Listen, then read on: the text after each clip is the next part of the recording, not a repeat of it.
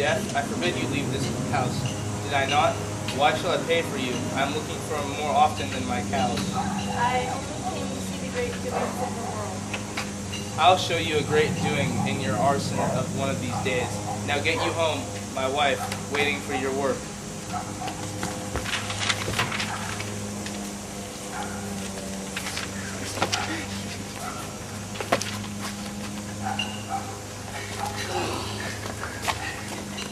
Gah, I almost forgot how strong you were, John Proctor. What is this mischief here? Oh, she's going silly somehow. The road past my house is a pilgrimage to Salem all morning. The town's mumbling witchcraft. Oh, posh. Ah, you wicked yet, aren't you? You'll be clapped in the stocks before you're 20. Give me a word, John Proctor, a soft word. No, Abby, that's not done with. You'll come 5 miles to see a silly girl fly? I know you better. I come to see what mischief your uncle be in now. Get out of your mind, Abby. I'm waiting for you every night, John. Abby, you'll put out of your mind. I will not be coming for you no more.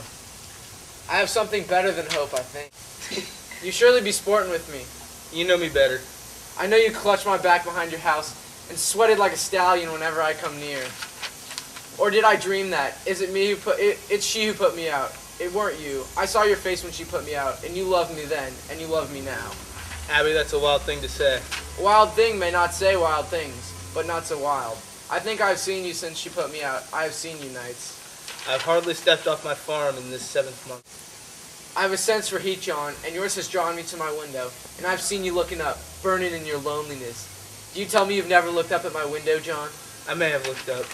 And you must. You are no winter man. I know you, John. I know you. I cannot sleep for dreaming. I cannot dream, but I wake and walk about the house as though I'd find you coming through the sun door. Child. How do you call me a child? Abby, I may think of you softly from time to time, but I will cut off my hand before I reach for you again. We never touched, Abby. Aye, but we did. Aye, but we did not. Oh, I marvel how such a strong man may let such a sickly wife be. You'll speak nothing of Elizabeth. She is blackening my name in the village. She is telling lies about me. She is a cold, sniveling woman, and you bend to her. Let her turn you like a... Do you look for a whipping? I look for John Proctor that took me from my sleep and put knowledge in my heart. You love me, John Proctor, and whatever sin it is, you love me yet. John, pity me, pity me. John. Betty! Betty, wake up! What's she doing? What ails her? Girl, stop that wailing. What happened? They've turned Betty into a cat! She heard you singing and suddenly she's up. Betty! Betty! Come back, Betty!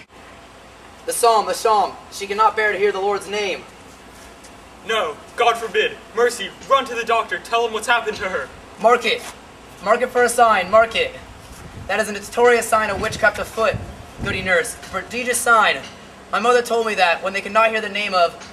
Rebecca, go to her. Tell her we're lost. She suddenly cannot bear to hear the Lord's... There's hard sickness here, Giles Corey. So please, keep it quiet. I've not said a word. No one here can testify I've said a word. Is she going to fly again? I hear her, she flies. Man, be quiet now. What have you done? What do you make of it, Rebecca? Goody nurse, will you go to my Ruth and see if you can heal her? I think she'll wake in time. Pray calm yourselves. I have 11 children and I'm 26 times the grandma. I think she'll wake when she tires of it.